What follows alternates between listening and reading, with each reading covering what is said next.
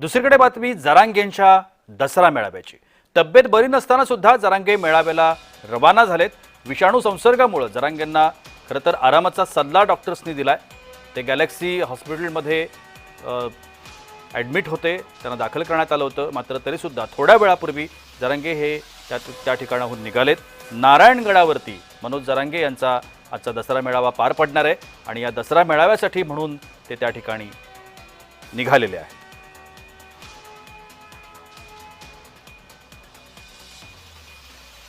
विषाणू संसर्गामुळे जरांगेंना आरामाचा सल्ला देण्यात आलाय।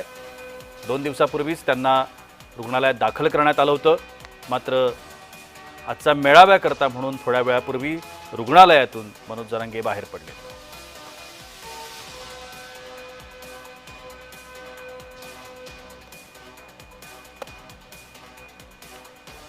नारायणगडावरती मनोज जरांगे यांचा मेळावा पार पडतोय। या मेळाव्याच्या दरम्यान मराठा आरक्षणासंदर्भात मनोज जरांगे कोणती नवी भूमिका मांडतायत हे पाहणं सगळ्यांसाठीच औत्सुक्याचं होतं।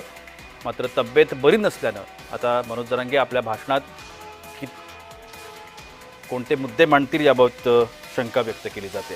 आमच्या प्रतिनिधी पूजा उजगरे माझ्यासोबत आहेत। पूजा, मनोज जरांगे यांची तब्येत ठीक नाहीये, मात्र तरी सुद्धा ते निघालेले आहेत नारायणगडाच्या दिशेनं, ज्या ठिकाणी त्यांचा आजचा दसरा मेळावा पार पडणार आहे। एकूणच या संदर्भात काय माहिती आहे?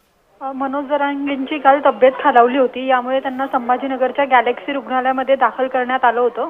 परंतु त्यांना आता दसरा मेळाव्यामध्ये जाता येणार नाही। त्यांना आरामाचा सल्ला डॉक्टरांनी दिला होता, परंतु डॉक्टरांचा सल्ला त्यांनी घेतला नाहीये आणि ते डायरेक्ट नारायणगडाकडे निघालेले आहेत। आता जरांगेंचा ताफा निघालाय। अवघ्या काही मिनिटांमध्ये ते नारायणगडावर पोहोचतील आणि दसरा मेळाव्यासाठी ते काय भाषण देतात, काय बोलतात, आता याकडे लक्ष असेल। प्रशांत, धन्यवाद पूजा, आपण दिलेल्या विस्तृत माहितीसाठी। विषाणू संसर्गामुळे जरांगेंना आरामाचा सल्ला डॉक्टर्सनी दिलेला होता। आजचा दसरा मेळावा मनोज जरांगेंचा रद्द होतो की काय अशी स्थिती निर्माण झाली होती। मात्र तरी सुद्धा मनोज जरांगे हे नारायणगडाच्या दिशेने निघालेले आहेत।